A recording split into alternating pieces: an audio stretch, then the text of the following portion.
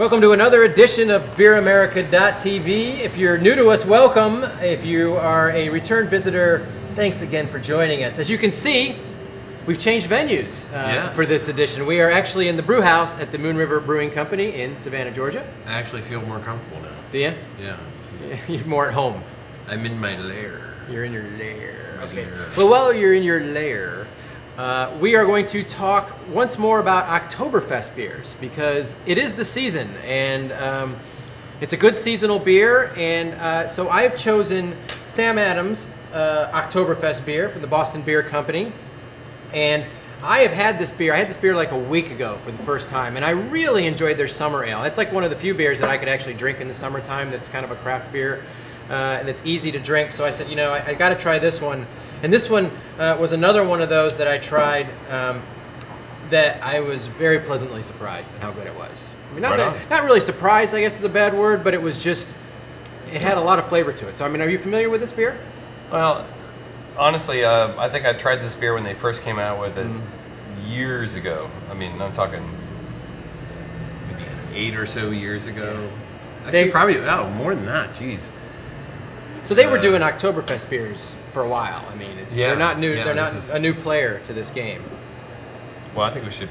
I think we should try put it in the glass. Yeah, put it in the glass and find out. See what happens. Ooh, nice. You know, I feel like the light in here is better for looking at the beer, anyways. Yeah, and it feels right. You know, I mean, it's nice. We're in the epicenter. The epicenter. Yeah. So Sam Adams October. What are you getting right off the top here? Well, I get a nice lager note right off the bat. See, there's a certain some malt coming through there. Yeah, there's a certain sweetness to me to this that I kind of enjoy, and I'm not a big fan of really sweet beers, but a real good malty flavor, a nice malty flavor. Yeah, in the aroma, what I was getting was the first thing that was hitting me was that lager, like a little touch of sulfur, like the traditional sort of German, like it's that little note that says this is a lager. You know, I mean, when you say the word sulfur, people think of terrible things, but in certain contexts, it's just the right thing. I mean, and there's a certain sulfur compound that a lot of lager yeast throw off that is very signature to the sort of German profile. If you can just lump it into one category. I mean, obviously there's a lot of different things there, but the other thing I get is I get this little. It's almost like a little touch of raisin, a little touch of toast. You know, I mean, the thing about Oktoberfest beers that's really characteristic is this sort of predominance of Munich malt. And Munich malt to me is one of those flavors. It's just it sort of defines malt characteristic. It's a toasty, not quite caramelly, but it's just kind of I don't know. Toasty to me is the right word for it. Well, as they explain it on their website, there are 5 roasts of barley blended for sweet flavors of caramel and toffee, and there's German noble hops for the bitterness.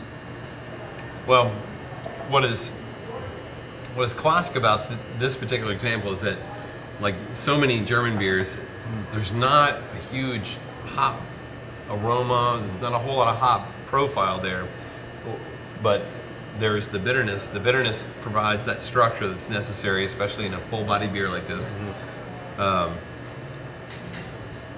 you wouldn't necessarily pick out noble notes there, but And you gotta think too that with the Boston Beer Company and what they do there, you know, I think they have kind of I wouldn't call it an advantage, but they've been doing this for a long time. I mean, you know, brewing these beers as an American craft brewer, and I think now they are the largest American-owned craft brewery now that Budweiser has been sold to InBev. So yeah, probably so. Yeah, and you got to give credit where credit's due.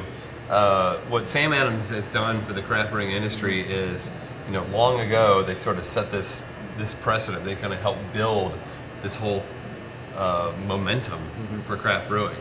And you know, a lot of folks kind of diss Sam Adams for, you know, not being one of I mean, they're not Being the micro. little guys, they might sold out. Yeah, they're not micro.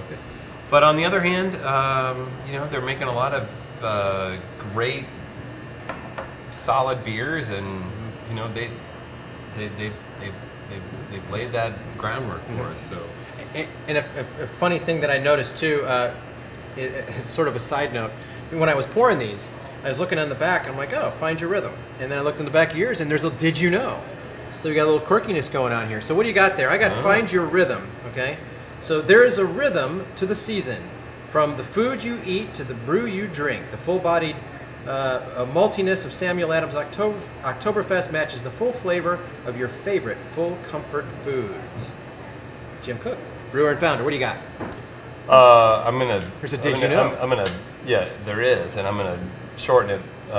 Basically, is saying that did you know that this is the largest selling Oktoberfest brew.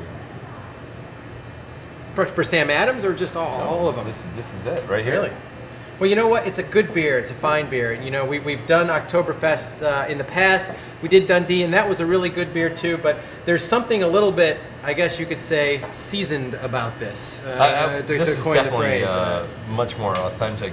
Yeah. Well, I mean, again, not to diss Dundee's. I mean, they had a nice profile there, but this is definitely a much more representative in terms of the style.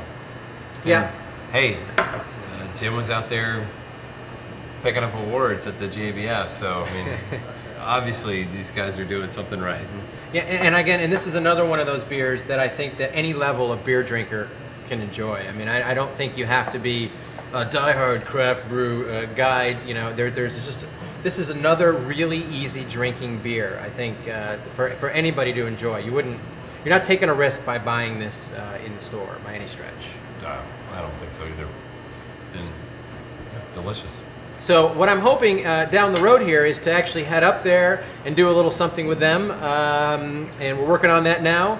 But if you have, in the meantime, any questions for John and I, email me at paul@beeramerica.tv and pink@beeramerica.tv. For any questions, beers you want us to try, comments that you might have, and as this site continues to grow, it's going to continue to evolve in a lot of ways, and we really appreciate everybody who's taking part and who's leaving comments. And so for beeramerica.tv, cheers to Oktoberfest in the season. Cheers. Ching, ching.